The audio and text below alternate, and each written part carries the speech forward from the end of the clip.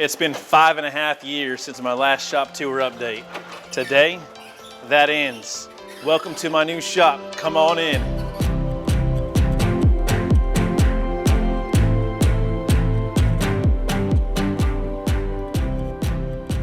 All right, so we moved back to Texas in 2016, and I literally built this house around my shop.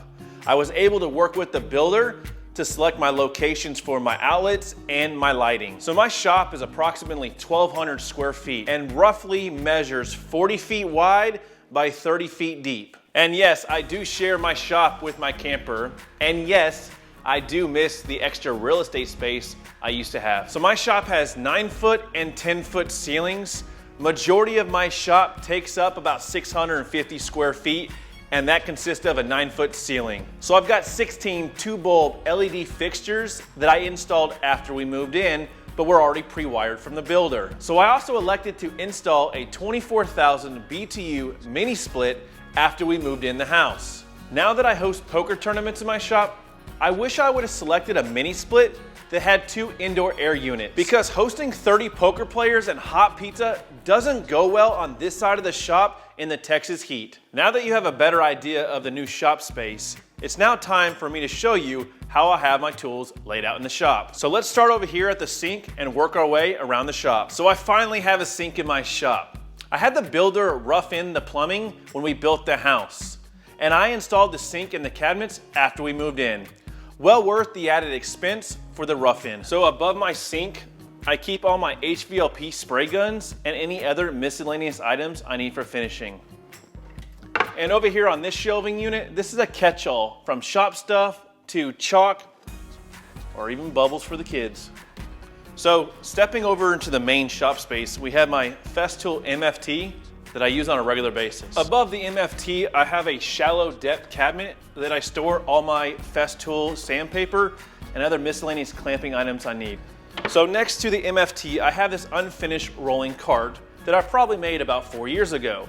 I had some leftover 3/4 inch Baltic birch laying around, so I threw this together thinking I would add shelves or drawers down the road. It's still sitting here. So on the back wall is all my clamp storage, along with another shallow depth cabinet that stores extra finishing supplies that are honestly probably expired at this point. So I store my Festool tracks above my parallel clamp rack. It's not the best spot, but it works for now. So in front of me is my hard maple split top Rubo workbench that I made a few years ago. So I modified this Rubo to fit my old shop. And honestly, I've never felt like I needed a bigger workbench in the new shop. And technically, it's still not finished. I still need to make the shelves at the bottom. So if I need to explain how the Festool domino works, I just take them over here to the Rubo, show them the ends.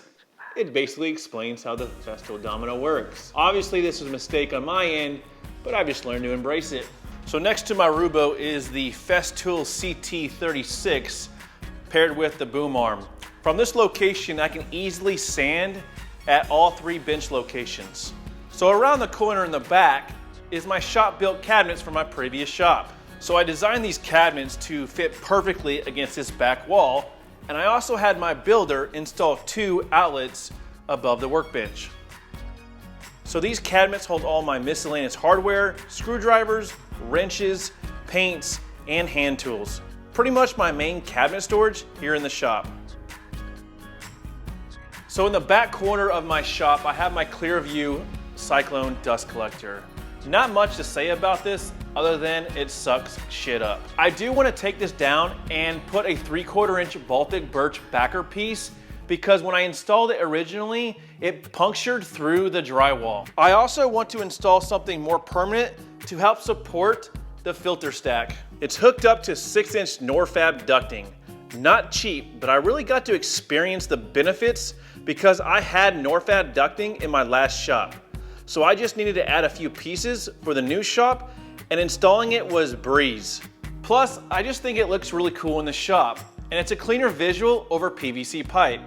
Now my first ducting branch drops down over here to my sanding cart, where I have my rigid oscillating spindle sander and a 12-inch disc sander. In the cabinet, I store my HVLP turbines, along with my vacuum press pump. If you're looking for an entry-level HVLP system, I highly recommend the Erlex for the money. Now next to my sanding cart is my rigid drill press. Now this is a tool that I'm glad that I haven't upgraded yet, and I probably won't. I just don't use the drill press that often. Now between the drill press and the drum sander, I have a 6-inch Norfab floor sweep. Now this thing I use on a regular basis. And now onto another tool that I don't use that often, but I tell you what, when I need to use it, it's the only tool in the shop that can do the task, and that's the drum sander. I love this tool. I wouldn't have a shop without a drum sander. So next on this back wall, we have my miter saw station that houses my Festool K-Pex. I love this overpriced miter saw. The dust collection is the best in the industry, and I have it paired up with the Clearview Mini Cyclone and a Festool CT Mini Vacuum. I also have my Makita air compressor inside the miter saw station, along with some wood storage. So I used to use my DIY boom arm that I built for my old shop a lot more than I do in my new shop. It's currently being used with my Excalibur 21-inch scroll saw, another tool I don't use too often, but when I do use it, it's the best tool for the job. All right, in the front of the shop, underneath the windows, I had plans when I was building the house to put a lathe here in the future. But honestly, a lathe is a hobby within itself, and I'm not that interested in turning things. I doubt I'll ever get one. So now this area has become lumber storage for a project that I've been putting off for almost 3 years now. This is also where I hang my mountain bikes, and eventually I would like to make some cabinets specifically for all things mountain biking. So our mountain bikes are hanging off of steady rack bike racks. They're really cool. When you're not using them, you just swivel them out of the way, and when you want to put them back, just push them against the wall. I'll have the links down below. So mountain biking is a new hobby on top of all the other hobbies I have that I really enjoy. And who doesn't need some exercise in their life? So in the middle of the shop, I have my 36-inch, 3-horsepower saw stop cabinet saw. I have nothing but good things to say about this, and it's worth every penny in my opinion. So I finally added a permanent outfeed table. With the extra space in the new shop, this was the first thing I did when I moved in the new house. It's a Craig universal bench leg system paired with a double layer of MDF edged out in walnut. I love having the extra work and storage space. So I'm still rocking the 12-inch jet combo machine, and honestly, I would love to have longer beds for jointing material, but for 95% of what I do in this shop, this machine works for me. So I have a 4-inch drop with 1 blast gate for my combo machine. I leave my table saw open all the time. My runs are so short that leaving the table saw open all the time, the Clearview is powerful enough that I've never had any issues pulling dust out of my machines. So on the other side of this single garage door, we have the infamous Inqua router table. So this was my first project using the rail and style joinery technique, and I got to use the router table while I was building the cabinet. So I have a 4-inch dust collection drop that supports my router and my bandsaw. Around the corner, and now stepping into the 2-bay side of the shop, we have my Laguna bandsaw. This is a great bandsaw, especially paired with the Laguna Resaw King.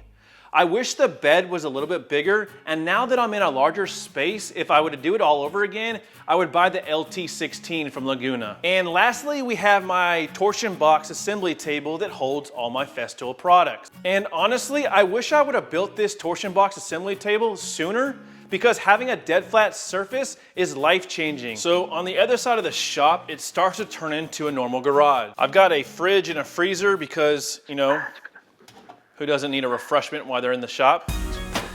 And I have a TV, but honestly, I never use it. I mostly use it for a blind timer when I host poker. Finally, on my back wall is my lumber storage. I had these racks from my previous shop, and there's not much to say about these other than they hold my lumber. Below my lumber rack, I house my poker table. Now, this is a project that I wish I would have documented, just for the simple fact that it turned out badass. Finally, last but not least, in the very front right corner, this is what pays the bills. No one cares about that. Well, this one's been a long time coming. I hope you enjoyed my shop tour update. Consider subscribing, and we'll see you on the next one.